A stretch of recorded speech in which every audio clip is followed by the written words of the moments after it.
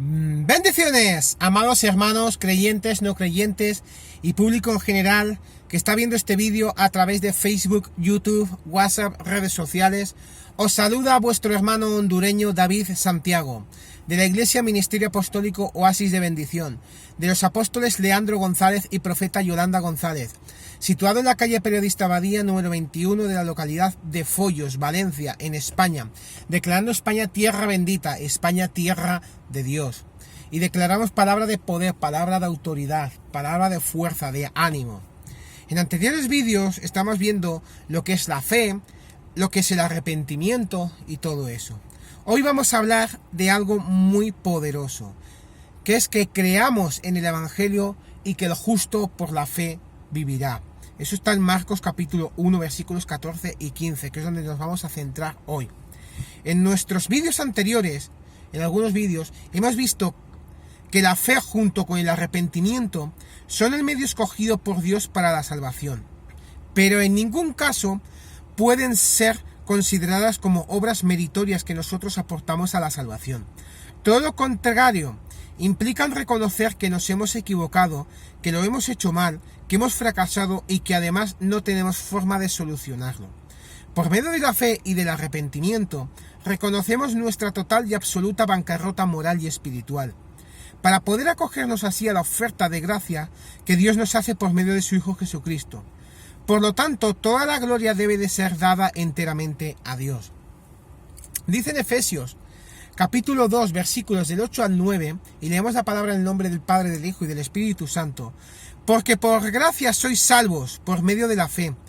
Y esto no de vosotros, pues es don de Dios, no por obras, para que nadie se glorie. Sin fe es imposible agradar a Dios. Esta frase la encontramos en Hebreos capítulo 11, versículo 6. Y viene a confirmar que ningún hombre o mujer podrá jamás complacer a Dios sin fe. La falta de fe, es decir, la incredulidad, pone a un lado todo lo que Dios ha dicho, lo ignora y lo desobedece. Tal hombre nunca podrá agradar a Dios, aunque sustituya lo que Dios ha dicho por otras prácticas religiosas. No hay ninguna cosa que podamos hacer para sustituir la fe, ni penitencias, ni sacrificios personales, ni ninguno de nuestros mayores esfuerzos nos ayudarán a pasar el listón que Dios ha establecido en su ley. Nuestra única opción es la fe en la obra de Cristo en la cruz a nuestro favor. Fuera de Él estamos perdidos. Por eso, finalmente, la incredulidad es el único pecado que nos puede separar de la salvación. Eso lo dice en Juan capítulo 3, versículo 18.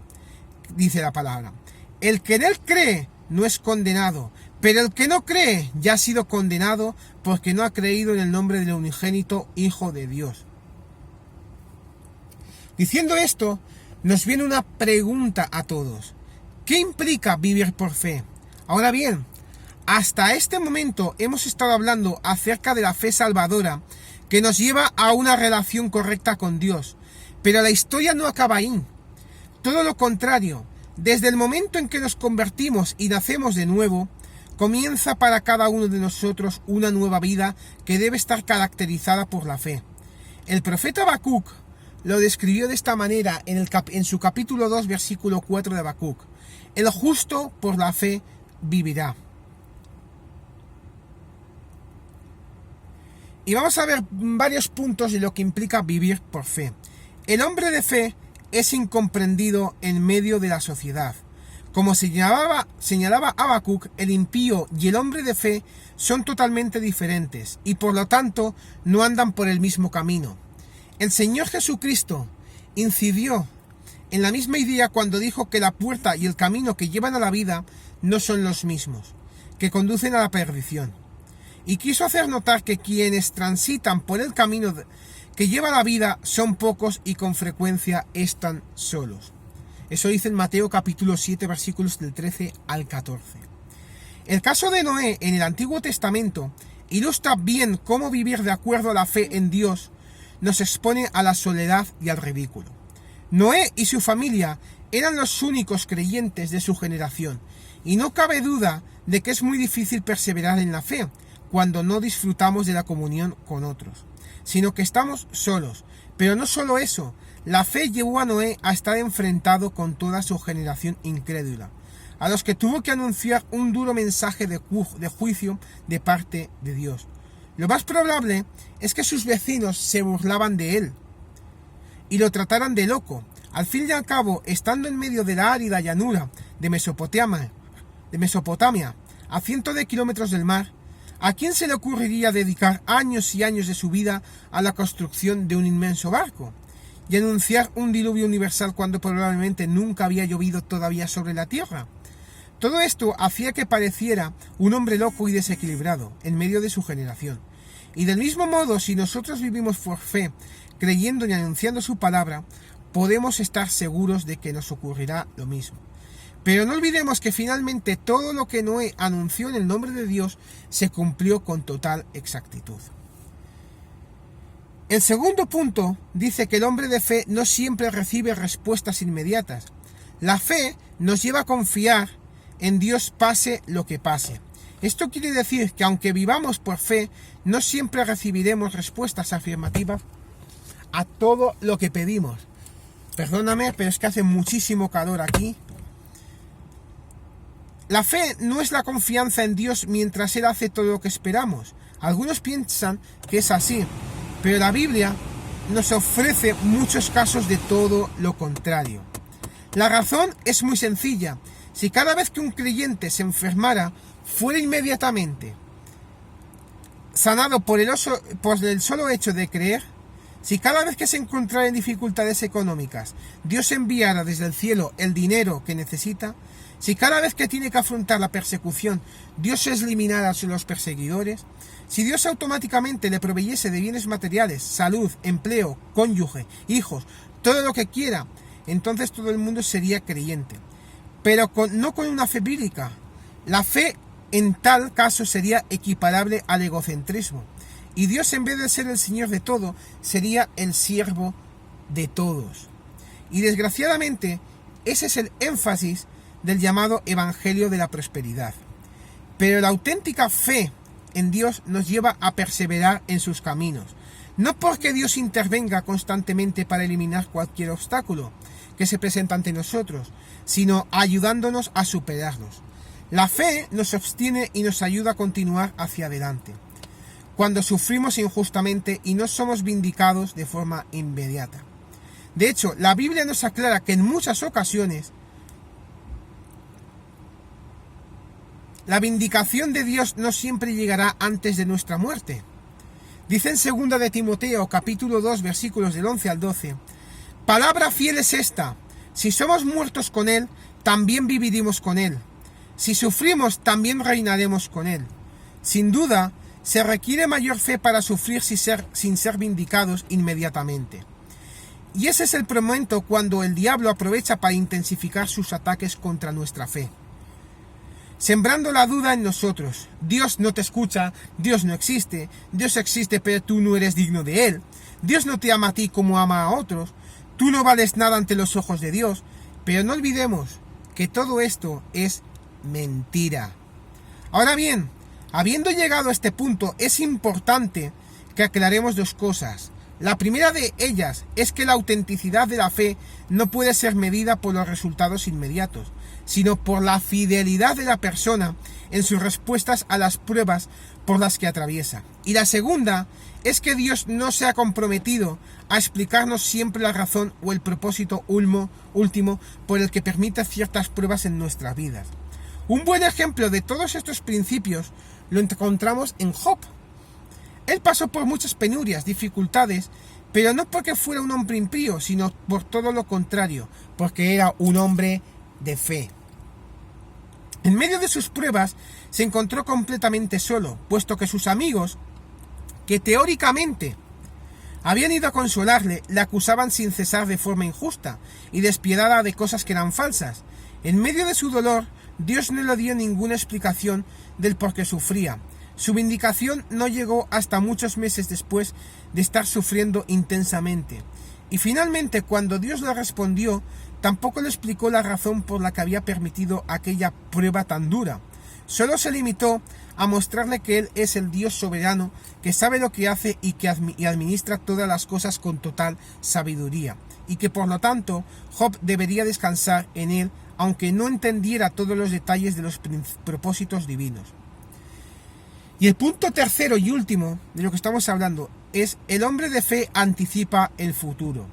La fe del pueblo de Dios se relaciona con cosas pasadas. Cree que Dios ha creado el mundo y también que envió a su Hijo para salvarnos por medio de su muerte en la cruz. Pero también cree en cosas que han de ocurrir en el futuro.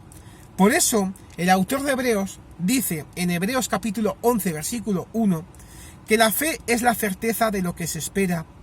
En otras palabras, vivir por fe es vivir con la confianza en que Dios cumplirá lo que ha prometido. Pero no solo eso, la fe nos permite empezar a disfrutar ya en el presente de aquello que esperamos. Usando una ilustración, podríamos decir que la fe actúa como el zoom de una cámara de fotos que nos permite acercar la imagen de algo que está lejos, para lo que podamos ver mejor. Y la fe nos acerca a nuestra esperanza futura de tal manera que podemos empezar a disfrutar de ella.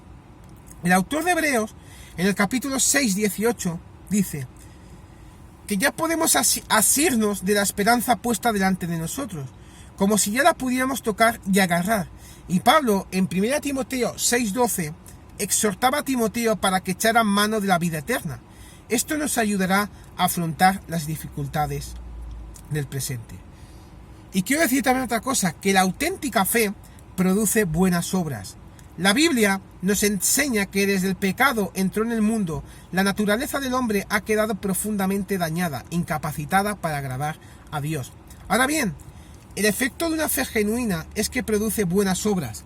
Y esto es posible porque por medio de la fe recibimos todo el poder transformador del Espíritu Santo, que nos capacita para vivir de acuerdo con las exigencias morales del reino de Cristo.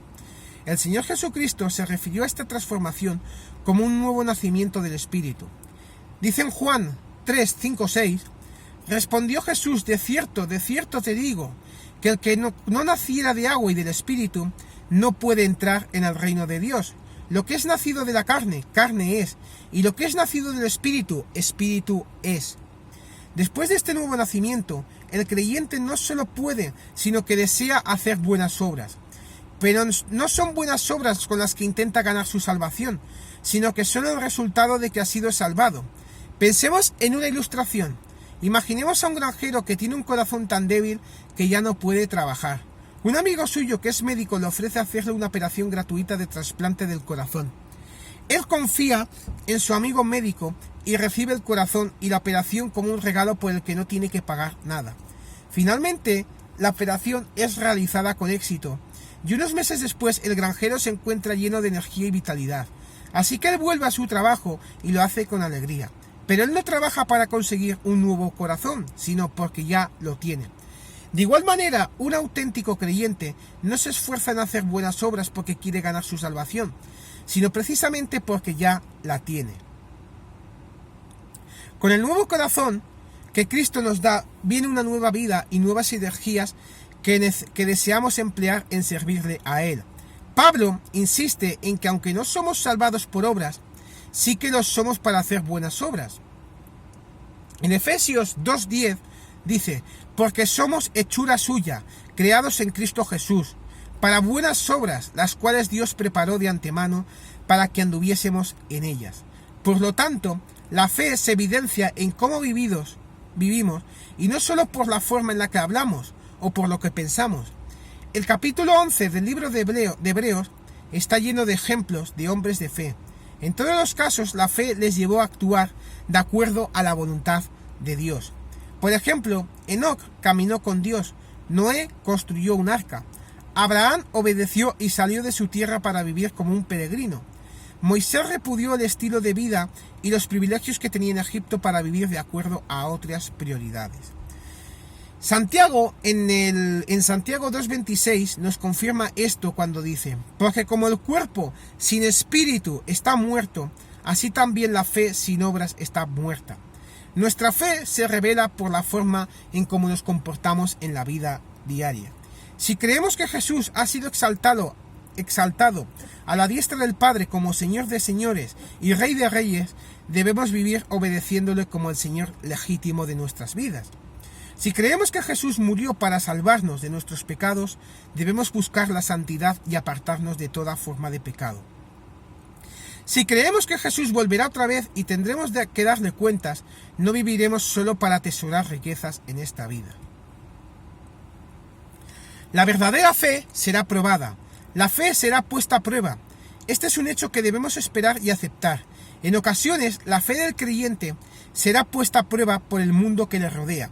Quizá por una posición frontal que le lleve incluso a sufrir persecución física, o por el contrario por medio de la seducción y los halagos. Otras veces la prueba se manifestará por las cosas que Dios permite que pasen en nuestras vidas. La enfermedad, pérdida de trabajo, muerte de un ser querido. Aunque no sepamos cómo vendrá, podemos estar seguros de que la prueba vendrá. Pero como en todas las cosas que acontecen en nuestra vida, Dios tiene un propósito con ello. La prueba manifiesta la autenticidad de la fe. Cuando los israelitas salieron de Egipto, no llegaron rápidamente a la tierra prometida. Y del mismo modo, cuando el creyente se convierte, tampoco el Señor lo lleva en ese momento al cielo. La razón es que Dios quiere probar la autenticidad de su fe. Veamos lo que Moisés les dijo a los israelitas en el desierto, en el capítulo de Deuteronomio 8:2. Y te acordarás de todo el camino por donde te ha traído Jehová tu Dios estos 40 años en el desierto, para afligirte, para probarte, para saber lo que había en tu corazón, si habías de guardar o no sus mandamientos. ¿Seguirían creyendo cuando su fe fuera puesta a prueba? Cuando llegaran las tentaciones al pecado o los problemas con sus compañeros de viaje o los enemigos le persiguieran o les faltara agua y comida o su salud se quebrantase y murieran, o cuando llegaran a disfrutar de prosperidad, ¿seguirían creyendo en Dios? En todos esos casos la prueba revelaría la autenticidad de su fe. La prueba hace crecer la fe, pero la prueba no solo demuestra la autenticidad de la fe, también es el medio usado por Dios para purificar la fe.